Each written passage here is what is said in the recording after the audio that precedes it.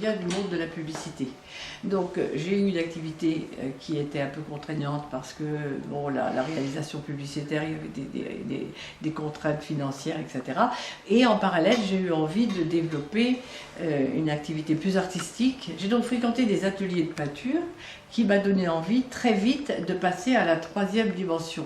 Parce que dans la peinture, je cherchais justement en plan, le plan donnait l'illusion de la 3e dimension, mais moi j'avais envie d'aller la chercher, cette 3e dimension. Ce qui fait que très vite, je me suis inscrite dans les ateliers de la ville de Paris et j'ai commencé à travailler la sculpture, donc dans ces ateliers. Et puis j'ai eu la chance très vite d'être repérée, que les galeries s'intéressent à mon travail, que les exposants, enfin que les salons, etc.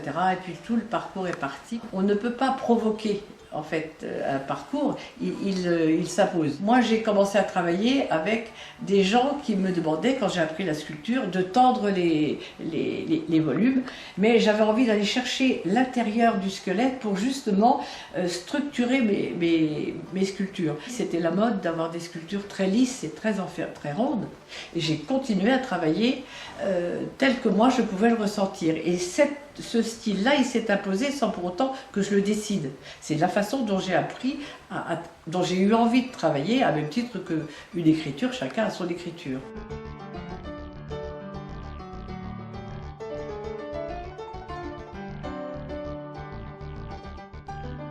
Là, ce qui m'intéressait, c'est de me servir des deux corps comme pour une sculpture abstraite, de mettre en évidence toute l'organisation de cette sculpture, c'est-à-dire les diagonales, l'ensemble de la composition des volumes, l'équilibre entre les vides et les pleins, et aussi la charge émotionnelle qui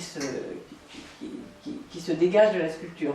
Alors ça, c'est pas moi qui en décide, ce sera au fur et à mesure de l'élaboration de la pièce, où ça passe ou ça passe pas.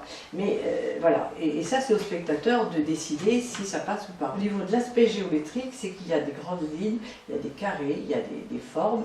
Et pour la mise en place de cette sculpture, je pars de l'intérieur, un trou, un vide, et tout s'organise autour.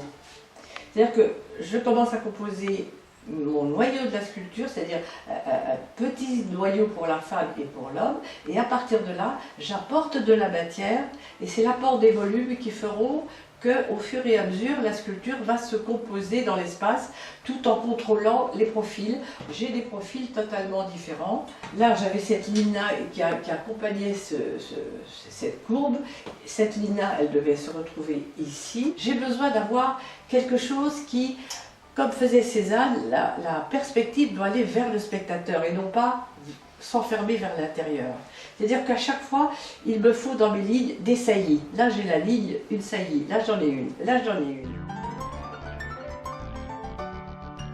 Commencer par mettre les repères sur la sellette, la partie qui va reposer sur la planche. Voilà.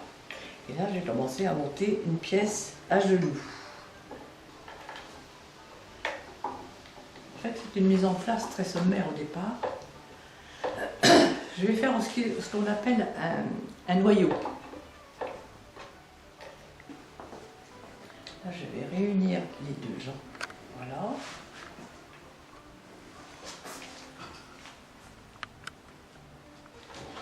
Et ensuite, deux profils. J'ajoute la matière parce que j'essaie d'équilibrer les volumes de façon à ce qu'elles soient harmonieuses et que chaque détail corresponde à l'ensemble et que l'ensemble corresponde au détail. Donc je ne m'occupe pas de la figuration du tout. Je m'occupe que de la mise en place des volumes. Voilà. Pour l'instant, je ne cherche pas du tout le détail. Ni les bras, ni les mains, je cherche que les volumes. Mais moi, je sens des choses déjà venues.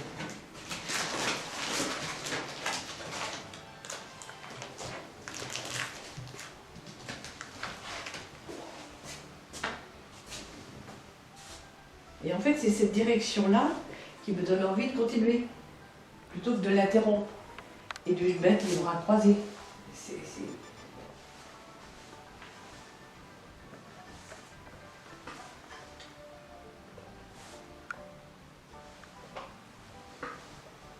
Ça, c'est automatique. Ça, c'est pas réfléchi, cette partie-là. Maintenant, ça va être la partie la plus réfléchie, parce qu'il faut que ce soit juste, il faut que ce soit composé plus juste. Oui, il faut que ce soit plus juste. Faut pas. Voilà. Là, le mouvement m'intéresse. Voilà, je vois que le mouvement, je vais le pousser. Ce mouvement-là, il est intéressant. Voilà. Et même, il est encore plus intéressant que l'autre. Voilà. Voilà. C'est ça qui est intéressant. Vous voyez ce que je veux dire? Ça part là. Voilà. C'est beaucoup plus intéressant que d'avoir fait la jambe, le pied, etc. Ça, je m'en fiche. À la limite, j'ai tout le temps de le faire.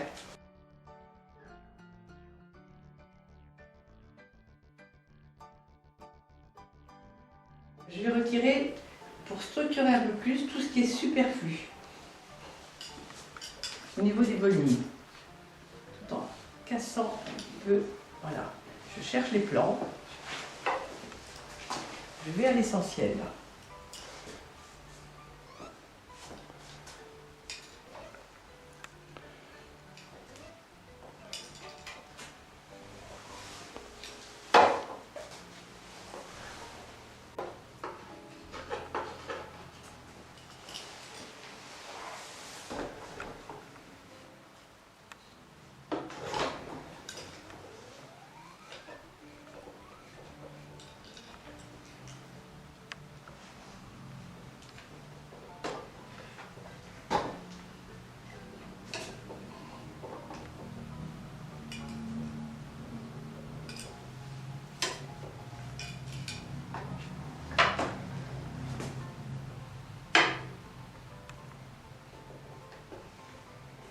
Pour moi, si je prends un outil pour vraiment tout effacer et tendre la matière, c'est un autre parti pris. Des sculpteurs le font très bien, mais pour moi, il y a une finitude morbide dans le fait d'effacer toutes les... Au contraire, la vibration de la matière, toutes ces traces d'outils, ça concourt à donner de la vie à la pièce. Là, j'essaie de regarder au fur et à mesure. Quand il y a une droite, je la contrarie par une courbe, assez régulièrement.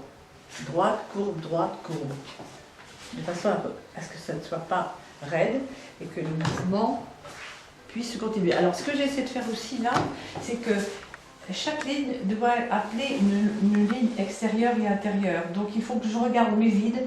Le dessin du vide va être aussi important que le dessin du plein. Donc ça, je vois que ce dessin-là me va bien. Les deux petits vides là ne sont pas intéressants, ils sont identiques. Alors je vais positionner les choses un peu différemment, de façon à ce qu'il y en ait un qui soit marqué que l'autre. Voilà. Quand j'ai ce geste-là, par exemple, il n'est pas innocent. Bien sûr il est nécessaire pour dessiner la chemisette, mais c'est parce qu'il y a ce rythme-là qui s'impose. Chaque détail doit correspondre au même rythme en fait. La partie la plus intéressante, c'est ça. C'est la liberté avec laquelle je peux travailler là. Voilà.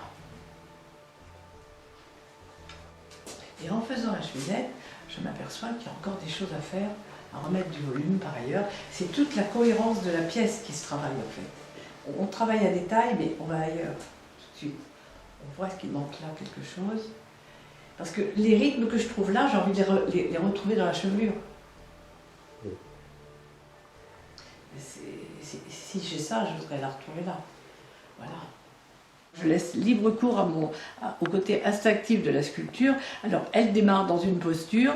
À l'arrivée, ça n'a plus rien à voir avec ce que j'ai décidé au départ, mais c'est tout l'enjeu et toute la dynamique et en fait l'aventure de la sculpture et de l'art. C'est très intéressant de voir les choses s'installer d'elles-mêmes.